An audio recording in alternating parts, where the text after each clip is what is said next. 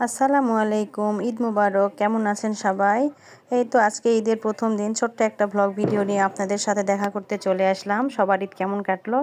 তো এই তো সকালে উঠে আমি নুডলস আর সেমাই রান্না করেছি। রান্না করার পরে এই তো ছেলেকে রেডি করে দিছি আর আপনাদের ভাইয়ার কাপড়গুলো রেডি করতেছি ঈদগাহ মাঠে যারা যাবে নামাজ পড়ার জন্য। তো ছেলে রেডি হয়েছে আর এদিকে আমি তার কাপড় রেডি করে দিছি, নুডলস আর সেমাই রেডি করে দিছি।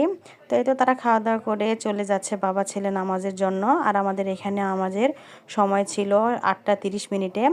আর এই তো আমার মেয়েটা অনেক খুশি, তার এবার প্রথম ঈদ।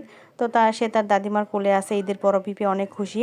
তারপরে এই তো আমরা একটু হালকা পাতলা খেলাম। খাওয়ার পরে আমি রান্না উঠিয়ে দিছি, এদিকে গরুর মাংস রান্না তুলে দিছি আমি, আর এদিকে ঝাল পোলাও রান্না করব।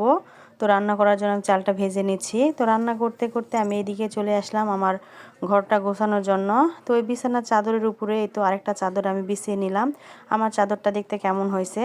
আর এই তো এদিকে আমার পোলাও রান্না হয়ে গেছে, ঝাল পোলাও রান্না করছি, তারপরে সাদা পোলাও রান্না করলাম। করতে করতে তো যাই হোক, সারাদিনের মধ্যে অনেক কিছু করলাম। বাসায় মেহমান আসছিল, তাদের সাথে সময় কাটিয়ে তো ছেলে মেয়েকে নিয়ে একটু বাইরে বের হলাম। মেয়েটার প্রথম ঈদ বলে কথা। তো আমার ছেলেকে মেয়েকে কেমন লাগছে অবশ্যই কমেন্টে জানাবেন। মাশাল্লাহ, ভাই বোনকে অনেক সুন্দর লাগছে মনে হয়। তো এই তো আমরা একটু বের হয়েছি, আর এদিকে কিন্তু প্রচণ্ড বৃষ্টি হচ্ছিল। তো কি আর করার, বের যখন হয়েছি তো বৃষ্টি হলো, একটু ঘুরে নিই। তো এই তো তারপরে আমরা গেলাম আমাদের এখানে হাতির ঝিল পাখিপল্লীতে। তো যাওয়ার পরে দেখি বাপরে বাপ এমন ভিড় এমন অবস্থা, তো আমরা সেখানে আর গেলাম না।